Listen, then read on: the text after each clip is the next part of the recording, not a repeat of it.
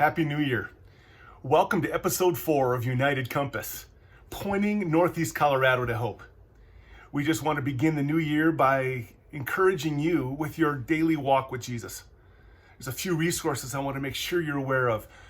3 in particular. First of all, the YouVersion Bible app. You can both get some great resources on there daily and some reminders every day, but it's also a great place to read different versions of the Bible and interact with also other people that are having their devotions as well. Also want to point you to a place called Pray As You Go.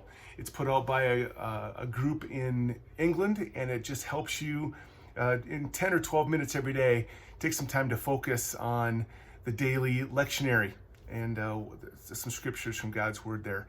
And then also wanted to point you to Lectio 365, another app that you can put on your phone just to encourage and guide you in your daily walk through some time of silence and then also some time of reflection. This last week at United, we took the opportunity to look at, have the Lord's Supper together and look at 1 Corinthians chapter 11, realizing that Paul was really challenging the Corinthian church on the way that they were treating the Lord's table. They weren't looking at it as a family table at all. And he was encouraging us to remember that Christ is our host, that we need to realize that Christ is present and that he is inviting us to reflect on his food and his drink, his broken body for us and his shed blood.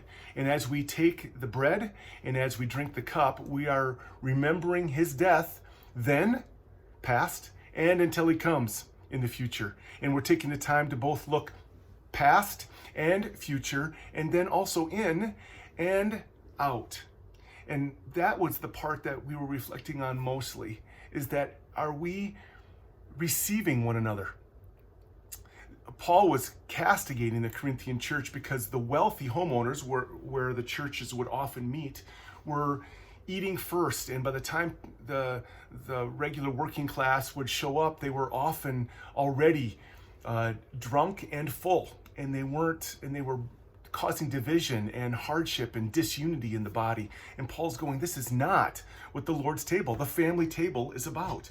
So he was encouraging them to wait for one another. And when you look at chapter 11, verse 33, it's often translated wait for one another, but it could also be very easily translated welcome one another.